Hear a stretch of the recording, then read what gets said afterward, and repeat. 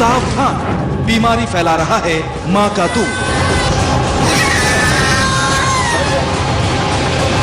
बच्चे को अपना दूध पिलाने से पहले रुकिए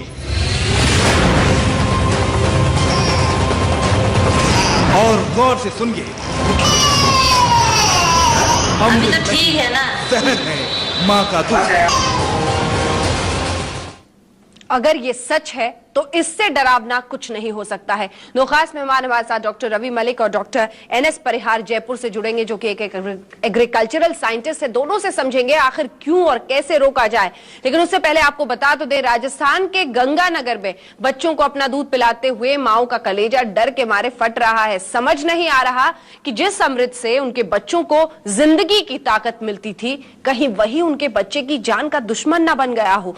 गंगानगर में अब तक ऐसे सैकड़ों केसेस सामने आ चुके हैं जहां मां का दूध पीकर गंदे पानी से खेतों की सिंचाई की जाती है। फल और सब्जियां कीटनाशक और गंदे पानी में मौजूद कीटाणुओं को सोख लेती हैं। फिर कीटनाशक और रसायन मिले फल और सब्जी घरों में पहुंचते हैं, जहां गर्भवती महिलाएं उन्हें खाती हैं। फिर कीटनाशक और रसायन महिलाओं के शरीर में पहुंचता है और इस तरह बच्चों तक पहुंच जाता है। जैसे ही गर्भवती महिलाएं उन फलों और सब्जियों का सेवन करती हैं, उनके शरीर में भी वो रसायन पहुंच जाते हैं।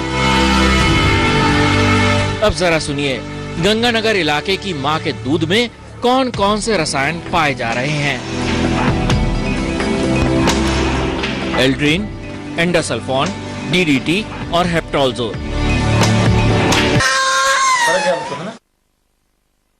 लोग डर रहे थे, वो दिन शायद अब बहुत करीब है। सच है ये, और बहुत डरावना सच है। मां का दूध तक जहरीला हो रहा है, और ये सब कुछ हो रहा है क्योंकि साल दर साल हमने इतने सारे कीटनाशक अपनी मिट्टी में डाल दिए हैं कि आज मां के दूध को भी हम जहरीला कह रहे हैं।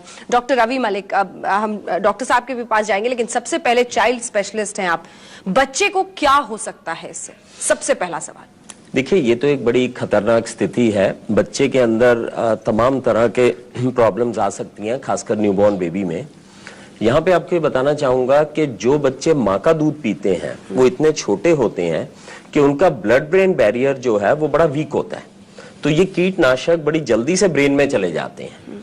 और ये सबसे ज्यादा जो साइड इफेक्ट करते हैं वो ये करते हैं कि ब्रेन की ग्रोथ के ऊपर इनका गलत प्रकोप पड़ता है। इसके अलावा बॉडी के सारे शरीर में सारे अंगों पे इनका प्रभाव पड़ता है। किडनी से एक्सक्रीट होते हैं, वहां पर प्रॉब्लम आती है, लिवर में प्रॉब्लम आती है, बच्चे की फिजिकल ग्रोथ में प्रॉब्लम आ सकती है। और लॉन्ग टर्म स्टडीज करेंगे तो ये भी देखेंगे कि इनकी साइकेट्रिक प्रॉब्लम्स भी बाद में, जैसे मेमोरी लॉस हो गया या इस तरह की प्रॉब्लम्स भी आ सकती हैं। तो ले दे के ये चीज बहुत कंट्रोल होनी चाहिए, और इसके दुष्प्रभाव बच्चों के ऊपर काफी है। कीटनाशकों का जहर क्या मां के जरिए अब बच्चे तक पहुंच रहा है, क्योंकि दूध ही जहरीला हो रहा है? यही है वो बड़ा सवाल। डॉक्टर रवि मलिक, क्या करें? बच्चों को मां के दूध से बिल्कुल हटा दें? क्या तरीका, क्या होना चाहिए? देखिए, मां के दूध के तो बहुत फायदे हैं, लेकिन सबसे पहली चीज ये है कि कीटनाशकों को ही हटाना बड़ा जरूरी है। मैं अगर आपसे ये सवाल करूं कि मां के दूध से हटा दें तो किसका देंगे? गाय का देंगे, भैंस का देंगे? वो भी यही कीटनाशक खा रहे हैं, एंड अल्टीमेटली उनके भी मिल्क में सेम चीज आएगी। तो इसका, और यहाँ पे ये भी आपके माध्यम से बताना चाहूंगा कि डेवलप्ड कंट्रीज में ये जो ऑर्गेनोक्लोरीन कंपाउंड्स हैं, जैसे DDT है या benzene hexa, they are all band.